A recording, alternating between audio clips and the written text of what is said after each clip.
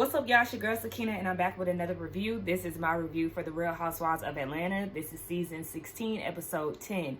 Be sure to check us out tonight on the Whether You Like It or Not panel, hosted by Josiah's World TV. So make sure y'all check y'all community tab, and we'll be on live tonight at 8:30 Eastern Standard Time. I think I said that already, but y'all get it, okay? So let's go ahead and get into this review. So it opens up with Kelly at home with her girls. She's cooking for them, and she's talking to her oldest about her grades. And she was saying that her dad be on her and all this. And so Kelly said that her and her baby dad, they have a really good co-parenting relationship. They're kind of like besties. She looks at him like a brother. I need the girls to stop saying that the men that they slept with and created a whole human being with is their brother. Would you sleep with your brother, with your biological brother?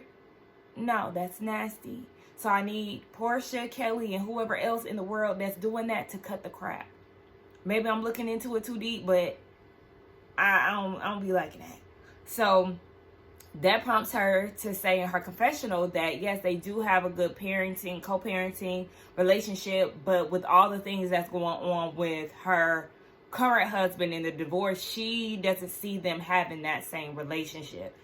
It looks very rocky, girl. So, you know, it is what it is. She was awarded the house, and so she's getting ready to sell it because they've outgrown the townhouse, which was a temporary situation to begin with. So they're looking to move. Okay, that's cool. Now she was talking to her daughters, asking them what they want to be when they grow up. One of her twins said that she wants to be a chef, and her daughter Chan said that Kelly really can't cook. I think Chance is the bad one. I think she probably gives Kelly the hardest time because she was giving the twins a hard time. She was snatching plates and all of that. I'm like, that's the problem right there. So let me get this straight. Ralph meets up with Shamia. Shamia's reasoning for doing this is to basically get down to the bottom of if Drew and Dennis are fooling around. But didn't last week you tell Angela that it wasn't your fight to fight between her and Porsha? That's why you didn't intervene. But we see you in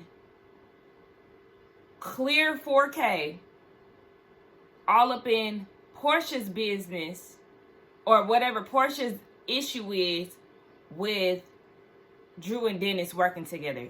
You out of your mouth saying that you need to get down to the bottom of it. Why are you getting in Porsha's business? Why are you sitting down with Ralph and using the excuse of y'all did a podcast together in the past? You doing one episode of the podcast that he did with Todd and Ross? You acting like y'all was doing the Joe Budden podcast and you Melissa Ford. You're not a reoccurring person. So, like, I don't really understand. Like, Shamia, girl, you worried about the wrong thing.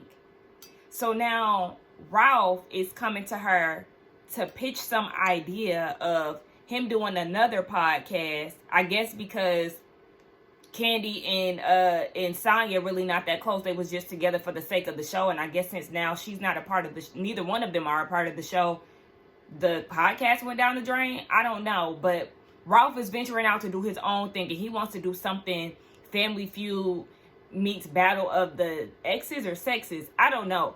It's a whole bunch of mess. We know that he has a podcast somewhere in the basement. I don't tune in. I don't give a damn what Ralph got going on. I don't care about any of that. I know that what's her name? Simone from Ready to Love, the lawyer. She did she read their public files and all of that. Yeah, I don't really be caring, honestly. I don't. So it's like, we know that he was working. They pulled up his LinkedIn and all of that. I don't know. At the end of the day, he's doing some podcast, and I guess he's supposed to be seeking advice from Shamia. Why? I mean, I know she's on the radio, or at least she was, but this is all made up. So, yeah, she gets into it. And Ralph said, she was like, I met you through your wife.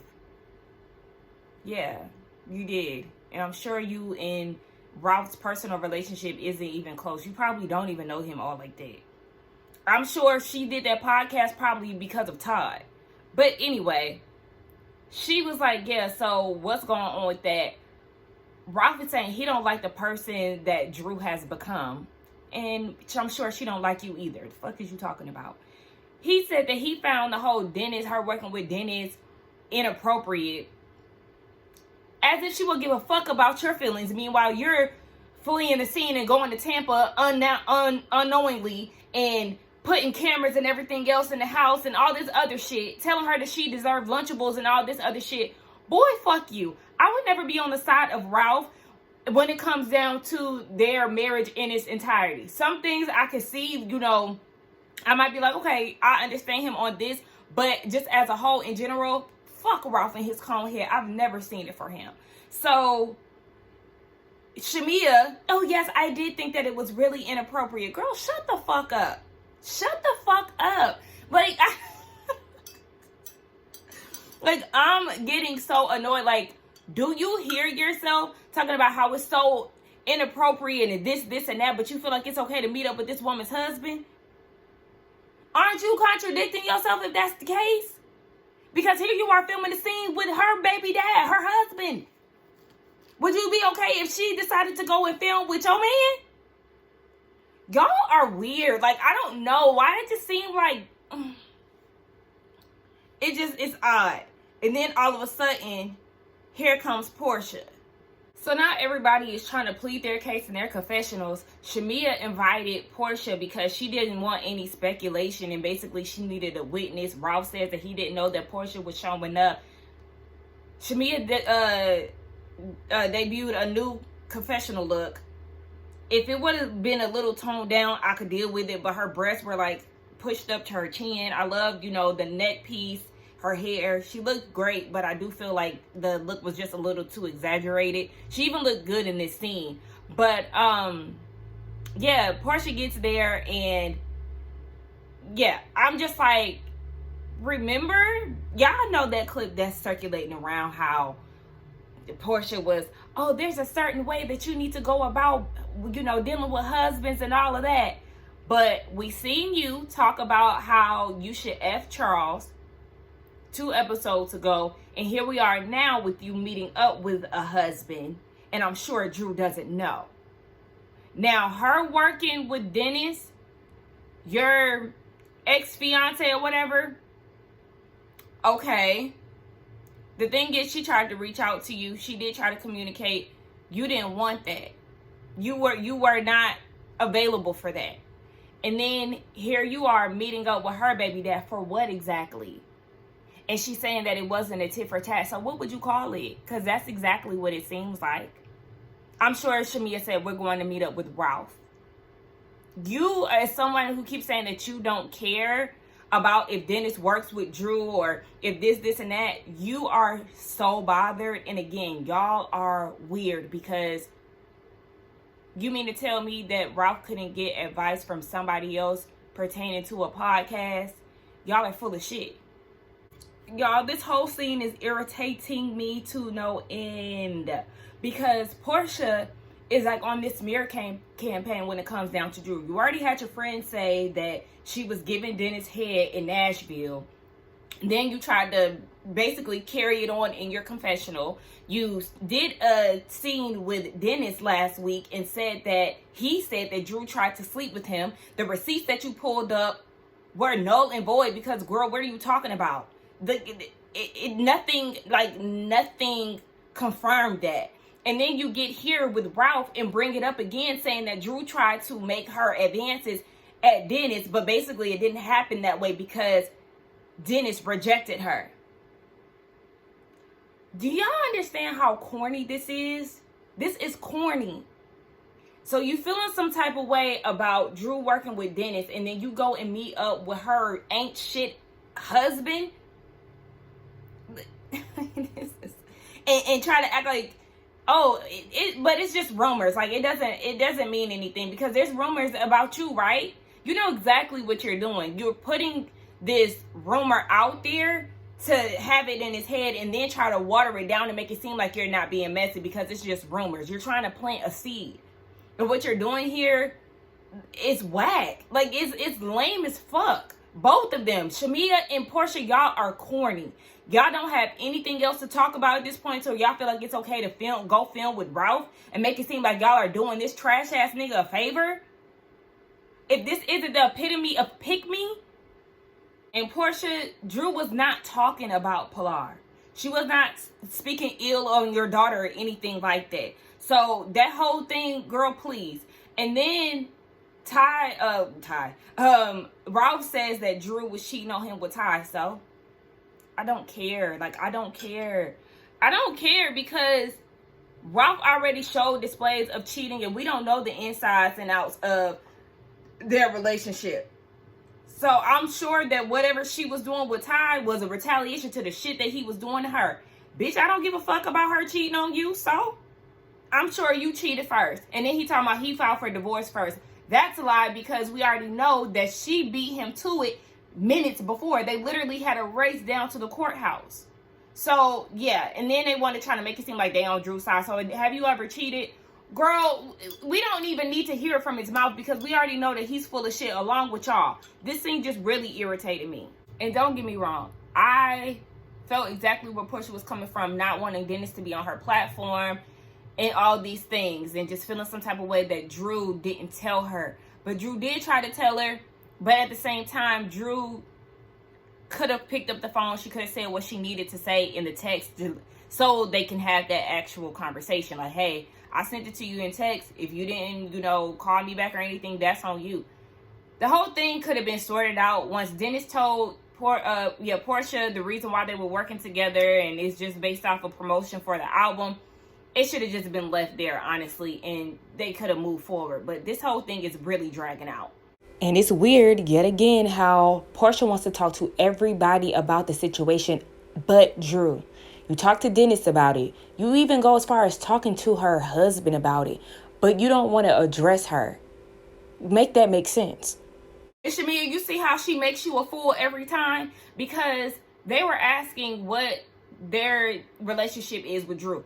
Porsha asks what Shamia's relationship is with Drew. Shamia says she doesn't have any problem with Drew. So why the fuck are you here meeting with her husband? Like, literally, this is like why it's so confusing, because I don't know if production is leaving stuff out, but it's very weird how some of these ladies are being set up, because suddenly Kelly has an issue with Angela. We know that there has been something left out that we haven't seen because Kelly was talking shit about Angela to Drew. We need to see that backstory so we can understand why Kelly was co-signing Brit so hard. Did the world know about that baby though? That made you look like a fool, Kelly, because what is your issue with Angela? And now, Shamia, we looking at you like, what is your issue with Drew? To the point where you are meeting up with her husband. And then she's like, I keep catching strays because of Porsha. Yeah, because you doing shit like this. Because now if Drew says something to you, I don't need you to be looking dumbfounded and confused the same way you was looking when Angela addressed you. Yes, you are in cahoots with the foolishness and condone the foolishness that Porsha does. And here y'all are in some foolishness yet again. And Shamia is like, well, Angela was checking me because I didn't hold you accountable. And here come Porsha. No, she was coming to you because she was saying that you need to hold yourself accountable for the things that you say and the things that you laugh about. See how she didn't have your back? She couldn't even have your back in that moment, to the point where you're visibly irritated. And you saying that Porsha didn't put you up to any of this, having her back. This is just the type of person that you are. Okay, well then you'll constantly continue to get walked over because you don't know how to put your foot down and stick up for your damn self. Girl, you sound stupid, you look stupid, and I don't know what to tell you at this point, because at this point you're just a glutton for punishment. Side note, I've been to Verdure, whatever it is. I went a few weeks ago, and the waitress that they had was my waitress. I went for brunch. It was really nice. They had very affordable mimosas, but I didn't like, they had like a thick candy rim, I didn't like that. Like, I'm not a fan of sugar rims anymore, but theirs was like a thick coat. But the food was good. Their plantains were really good. I know that Ralph had ordered that. I had an avocado toast and some potatoes, but it was really good. So check them out. They, you know, do a little saxophone playing for you and all of that. It's really nice. Now, Angela, we about to get into you. Now, she has 5 properties, in which we already know. She said most of them are ready to sell. However, it's not really market friendly, okay? She ain't getting no offers, or the numbers are just off. Something ain't clicking. So at this point, she is $2 million in debt, and she is desperate to sell these houses. She has Kelly come over to look at the property, so she's giving her a tour and all of this. And first of all, that table was dated to me. Not flattering at all for, you know, the area. Kelly said that the ceilings are pretty low. There's not even water in the pool. She went to the primary suite, baby, in the closet. Looked just as small as mine. Girl, what? And you expect to sell this for $3 million? No, ma'am. I said, you are definitely skipping steps. And that's the reason why you're not seeing the numbers that you want to see. Because, girl, these properties ain't worth what you trying to put them up for. No, ma'am. So they sit down, and it's a bit awkward. Now, Kelly was already going into this thing a little, you know, unsure because of what she said about, you know, the baby and co-signing and all of that. So they, you know, talk about the kids, and Angela brings up the whole Wendy article and what Wendy Williams spoke about on her show.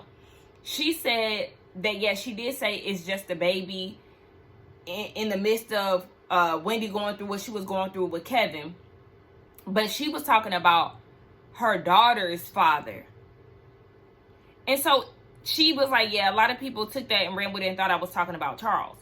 Angela, let me tell you, either way you try to slice it and dice it, the fact that those words came out of your mouth and that you were condoning her to keep, to be okay with a love child is wild to me. It's wild. And you still didn't clear up where Charles Jr. came from. Now, she did say that the whole Madison Square Garden thing, there was some infidelity during that time. And that she felt like it was like an ego thing, and that Charles needed some validation, though she's not making excuses for him. Well, regardless, it sounds like you're making an excuse for him. Is that the only time that he's cheated on you that you know of? They've been together for 10 years. Where did Charles Jr. come from? Because you did not clear that up. And this is why we look at you crazy, because you be leaving shit out. Wendy may not have gotten it right, and you may have been talking about your first baby dad. But regardless of whatever, you tried to minimize the situation of a love child. That's a big ass deal. And I would not recommend any woman to stick around for that. What? But what's going on with Charles Jr.? Yeah, because we still got a big question mark around that, and we need that cleared up by the reunion. She said that she's an open book and all of that. Well, baby, the book is not wide open. It might be a little cracked, but it's not wide open. No, ma'am. So they talk about Shamia. Angela hasn't spoken to her since the Bailey Q, same as Kelly. She was a little confused by Shamia's, you know, ways, because she thought that they were developing a friendship. After they went to the studio, Angela and Drew went to the studio with Shamia. They went out to dinner, and at that point, Shamia was confiding in her about some of the issues that she has with Porsha, how she felt like Porsha didn't want her to be on the show, and how Porsha didn't come to her wedding, and all these things. And Angela feels like, well, they need to have that conversation. And Kelly was like, and as a best friend, you should be able to talk to your best friend about any and everything. And then she brings up Brit. She was like, yeah, even with Brit, I tell her when she's right and when she's wrong. You and Brit ain't best friends. You only met her a year ago. So, I mean, it's okay to hold all your friends accountable, but girl, whatever. And then Kelly said in her confessional, she feels like Angela should mind her business. Do y'all mind y'all business? No, this is a group of meddling ass folks, and we got to keep it pushing. We got to keep the drama going. So, Shamia, since you want to hee and ha with your bestie, let's put it out on the floor about what you say about your bestie. about that. The fuck? And to me, I don't feel like this is one of those mad day situations, because Shamia at this point has displayed her dislike or whatever it is for Angela. She started with Angela Unwarranted at the Balmain event. They seem to be, on the up and up. But then Shamia, it seemed like y'all were having this relationship that was budding, and instead of, just simply telling Porsha, girl, no, that's not right. Or even if you didn't say it in the moment, you doubled down when it was addressed at the Bailey Q. And that's what really is like, oh, okay. So, okay. If that's the case, y'all not friends, you got your best friends back, that's cool. Here we go. Okay, Brit. Her mama getting ready to move in. Okay, cool. She tells Mike about the Bailey Q and saying that she's not really getting along with the girls right now, especially Angela. And then goes into this victim mode and says that, oh, she said, her mouth got stretch marks on it. Her mouth got mouths. Brit, you're a whore. She ate her up with 3 quick reads relevant to the whole situation. But it's so funny. But I do think that Brit is a liar, okay? Like I said, they all be lying, Angela included. But where do you get off trying to make it seem as if Angela attacked you when you came for her? Didn't you ask the question? You think the prophet was spot on, isn't it? She clocked your shadiness and gave you what you was asking for. As, they have a tendency to do. You came for Kenya, Kenya gave you what you was looking for. You came for Angela, she gave you what you was looking for. So, Angela gave you what you was looking for twice. I don't know why you even bother at this point. I feel like this should have been a nail in the coffin. You better learn to leave Angela alone, because she'll wrap you up every time. You're not equipped, Miss Ma'am. This is not your league. So I'm going to need you to stay in your lane. Now, of course, Mike is like, now, why would she say something like that? Because your wife came for her. That's the reason why. That was a retaliation. And so Mike says that he is meeting with Cher. And they're going to talk out whatever they have going on. And Brit said that Cher acts like a victim. It takes one to know one. The nerve of you to say that your sister acts like a victim, and we've seen you time and time again try to spin stuff and make yourself out to be the victim. You did it instead seen. You are not a victim in this situation with Angela. You came for her on both occasions. But your sister is the victim. Okay, and then she also said that she feels like her sister has a tendency to take advantage of her. Well, when they were having that sit down, it seemed like the sister just wanted some of your time, minus your husband being a part of it. And then this bird brain had the nerve to say, my sister can't keep me warm at night. Add her to the list. Add her to the list of pick-me's. I can't stand that motherfucking phrase. Like, duh, you're not sleeping with your sister. But the fact is, when you're done with this man, guess who is going to be there? Your sister. So you need to always prioritize people who are there before the man. Not saying that they come before and all of that shit, but I can't stand that. They can't keep me warm at night. Bitch, you can keep yourself warm at night. Okay? Turn on your motherfucking heater. Wrap yourself around a cozy, warm-ass blanket. And cuddle up with a pillow. Like, y'all be sounding dumb as hell. I can't stand that. Like, don't get me wrong. The companionship of a man and all of that, that's all nice and stuff. But when y'all say shit like that, it's like, ugh. And that's how we know that you always got Mike around, because you saying shit like that. Angela invites Porsha over to one of her rental properties to play some tennis. I said, well, at least y'all playing tennis, because I don't know what the hell. I feel like, is tennis a lost sport now since pickleball? What the hell? Anyway, she said she invited her to a property and not her actual home, because she said that she'll her husband. So you won't be coming into my home with that Delilah spirit. I know that's right. They play the game or whatever, and then they talk about we learned that the daughter is actually, you know, a lesbian. She's married to a woman. And so at this point, Angela says she's just gonna chill out with being like a helicopter parent. And then they get into Pampered by Porsha. She's doing an event and she's inviting all the girls out. And Angela said, we're gonna put your name on it. Now she said we're gonna have some, you know, some cuddling in the sheets and all of this stuff. And she was like, well, it do got my name on it. Because Angela said, we're gonna think of you when we in the bed. She was like, it got my name on it. Angela said, no, I'm gonna put my name on it. And so Porsha was like, well, not you trying to be like Drew and steal my business. And so speaking of Drew, you know, Angela wants to know if they could ever reconcile, and Porsha, or, you know, if they can talk it out. And whatever the case may be, Porsha brought up meeting with Ralph and how that whole situation just fell on her lap. And just like Angela said, see, this is the reason why she got invited to a rental property and not my house. Because you see, she messy. She need to practice what she preach when it come down to these husbands. Exactly. Like, girl, what? You mean with somebody's husband, but you on Arsenio Hall years ago talking about there's certain things that you need to do when it comes down to married women. You need to reach out to the wife and all of this stuff. Did you reach out to Drew when you met up with her husband? Oh, okay. And at the end of the day, Angela wants them to fix it. She wants them to have a conversation. And then they talk about Shamia and how Angela brought up the whole Shamia thing and how she feels like the relationship is lopsided, how Porsha really didn't want her to be on the show, and how Angela told her that she needs to have this conversation with Porsha. Porsha is taken aback by this, and she was like, that's not true.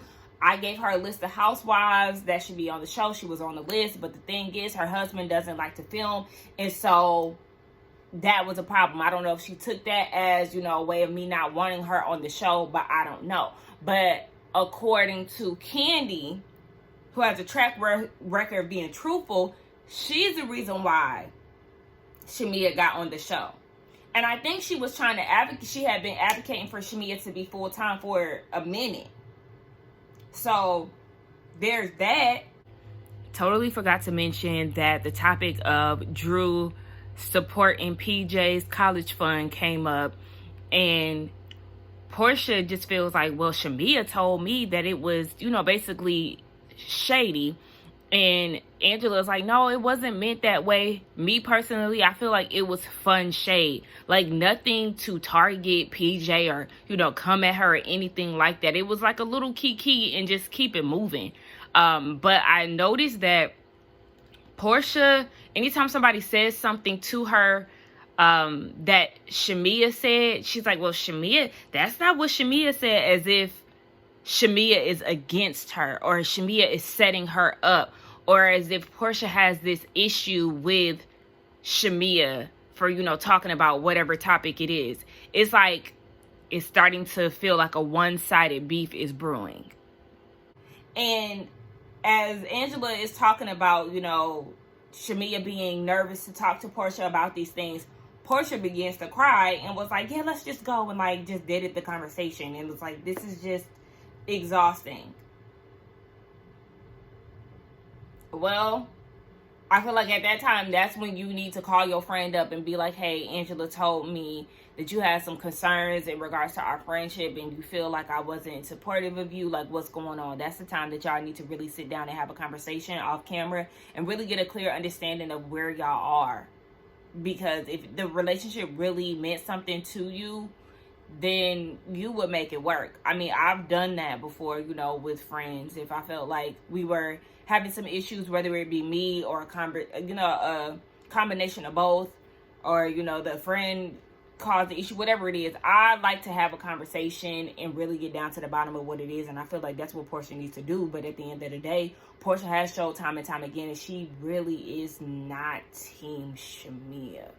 Then we get into a solo scene with Drew where she's with her son, but she goes off and has this conversation with Dr. Ken, who was originally her marriage counselor, and now he's her life coach. So he just deals with Drew. And she said that she hadn't really been telling him a lot of stuff because, you know, she had been doing good, but now everything is just becoming overwhelming. Everything is really just starting to pile on. She found out that Ralph met up with Shamia and Porsha, and, you know, that made her feel some type of way, of course. And we see that Angela is the one that's giving her all the information. Like, yeah, they were doing this dinner together. And then on top of that, she tells her that Dennis was claiming that she was trying to sell the cat for beads. Kelly was there too in the flashback. And then Drew didn't know that Ralph was trying to do a podcast. And here come Kelly. Girl, you married to him and you still married to your husband. Do you know what he got going on? Do you know his every move when he ain't locked up? Like, girl, they can't even, they're not even talking at this point. They've ceased communication. And I forgot to mention that Ralph said that him and Drew got together and had a baby and got married all in the first year of knowing each other. I think he said they dated for 3 months.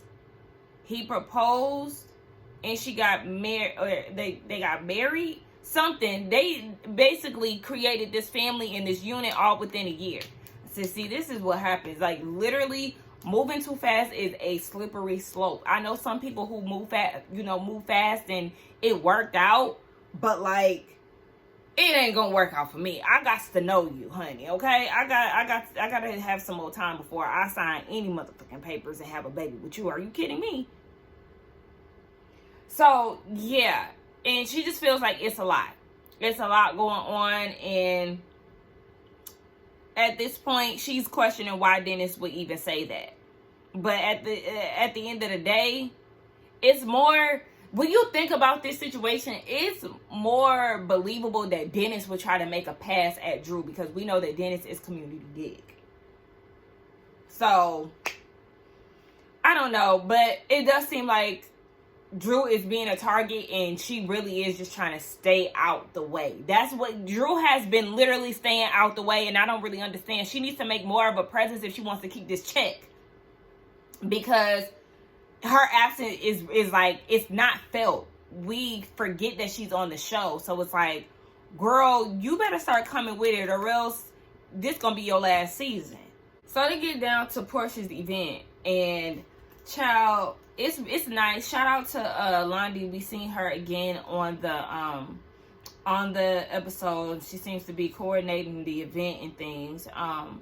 But the event looks nice from what I see. But Porsha, because I remember we looked this up when we were on the panel.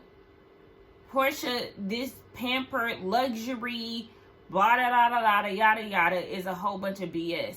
Because at the end of the day, your website does not even say what type of material the sets are made out of.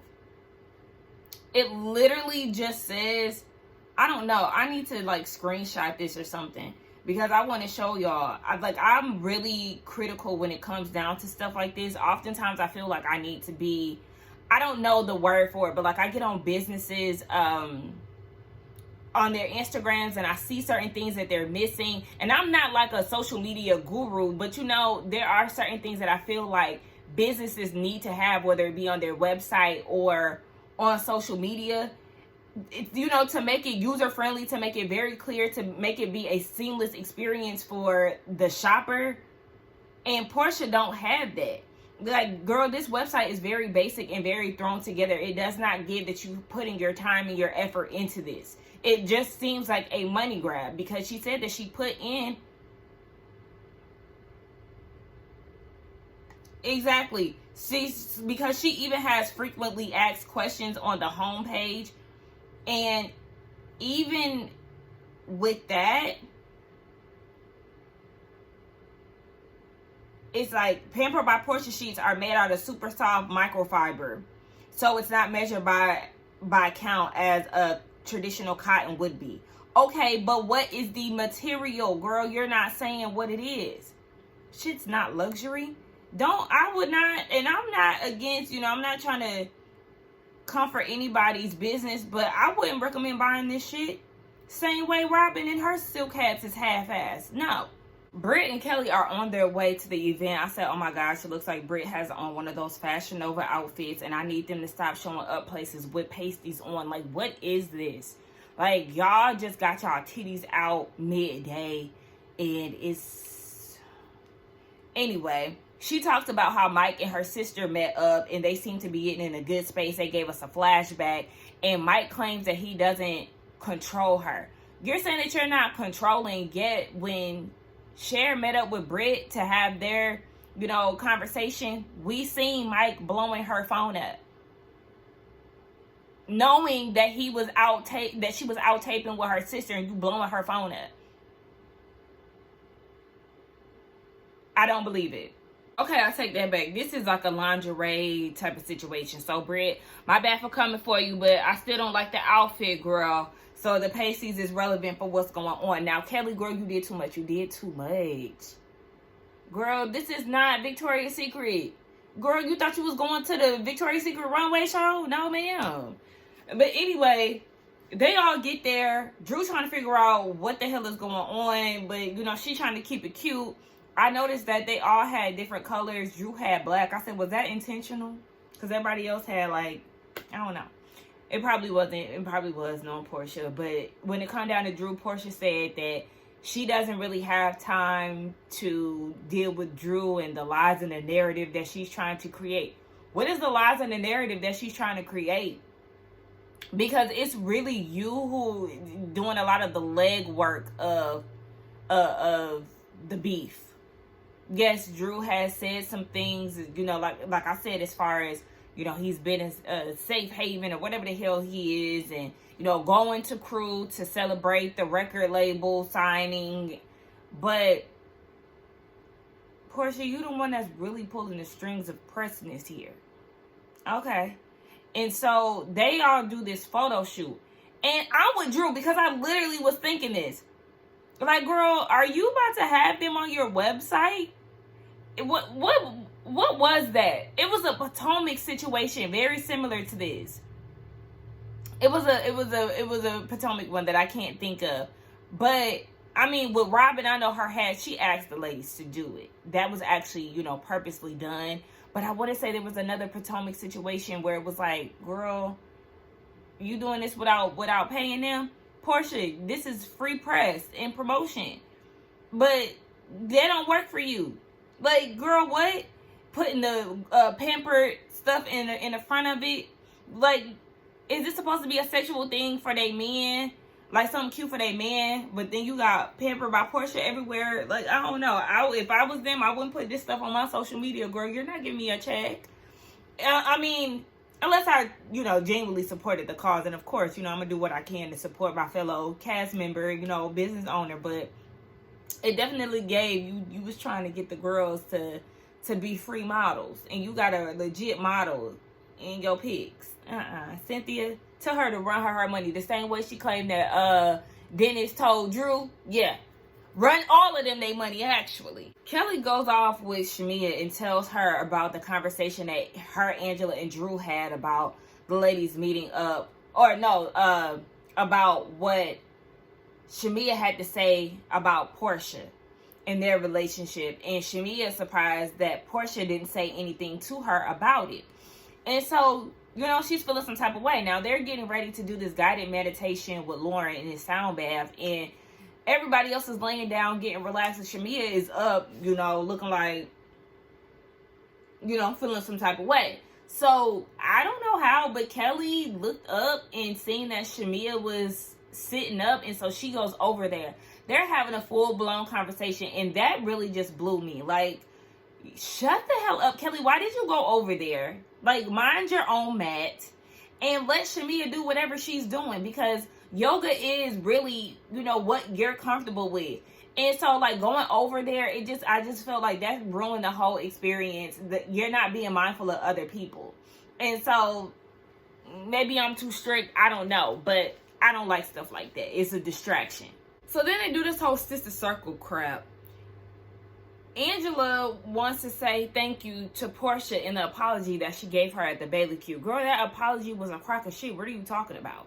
And Porsha was like, yeah, and I received that, and hopefully we can move forward with a friendship because I think it's possible. Angela, if you become friends with a bitch who said that she will fuck your husband, then I know something. So then it moves on to Kelly. And instead of Kelly focusing on Kelly, she now wants to focus in on Shamia and Porsha's friendship. This don't have nothing to do with you. And aren't you the same one who said that Angela should have mind her business? Yeah, so should you. But she brings up their friendship and the things that Angela told Porsha and all of that. And so Porsha and Shamia get into it. Shamia feels some type of way about her venting to Angela because she's very protective of the friendship versus Porsha. And Porsha goes in and was like, well, I was told that you said that I didn't want you on the show and all of this. And Shamia's like, well, you did provide me with the receipts, you know, saying otherwise, that you did want me to be on the show. So then the wedding got brought up, her not attending the wedding.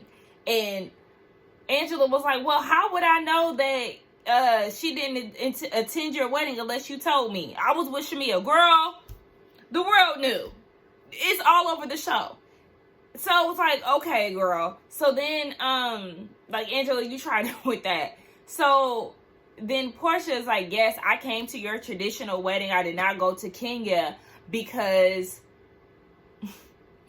we were not in a good space. And as soon as she said that, I said, no, that's not true. That's not true. Because I remember, what was that? Was that a baby shower? They was doing like some type of like a high tea event. And Shamia was like, I need you to be at my wedding. Like, come to my wedding. And Porsha was like, I can't because she was having some type of health complication and there wasn't any more first class seats and all this other stuff pertaining to her health. Nothing due to the, you know, status of their relationship. Porsha didn't even come to her engagement party. So it's like, girl, yeah, which one is it? Because today it's a different story. And today the real story came out. Because we knew she was full of shit when she was talking about that whole health issue and all of that. So, Shamia, you got your answer right there. She really just didn't want to come because she felt like y'all had some issues. Okay, so at that point, Shamia is just like, it honestly just seems like the friendship is running its course. They have a lot of built up animosity towards each other. Shamia is going to go hard. She is that friend. And there's nothing wrong with being a supportive friend and going hard for your friend. But you have to have a healthy balance of that. And I feel like the lines are very blurred when it comes down to Shamia. She doesn't, like, she's just like, it gives off yes man energy. And that's why she needs to dial it back and assess what you need to stick up for and what you don't. When it comes down to Porsha, especially because when it comes down to Porsha, the loyalty has not really been reciprocated. This is the same woman who allowed Phaedra, like, I don't understand why she's so surprised, because this is the same woman who allowed Phaedra to insinuate, or to not insinuate, to say that Kandi and Shamia are sleeping together when they're not, when they weren't. And did not debunk it, didn't do nothing of the sort. So, girl, I don't know what you expect from Porsha, but she really has been pretty much giving you her ass to kiss over the years. So, there's not going to be any type of resolve right now. Porsha's like, yeah, I'm just a piece of shit. But Shamia also feels some type of way that Porsha had this conversation with Angela, somebody that she was just beefing with. You did the same thing. You did the exact same thing. You and Angela were going toe-to-toe on each other's appearances and everything else at the at Kelly's event, and then y'all make up, you know, the whole olive branch situation. Okay, and then y'all go out to the studio and dinner after that, and that's when you confided in Angela. So you did the exact same thing. For y'all not to like Angela, y'all show are bearing y'all's feelings. So there's that. That's the end of the episode, y'all. Y'all let me know what y'all thought about it. Let's get down in the comments and talk. Don't forget to like, comment, and subscribe to my channel. Again, be sure to check us out on the Whether You Like It or Not panel. And I will see y'all in the next one. Bye.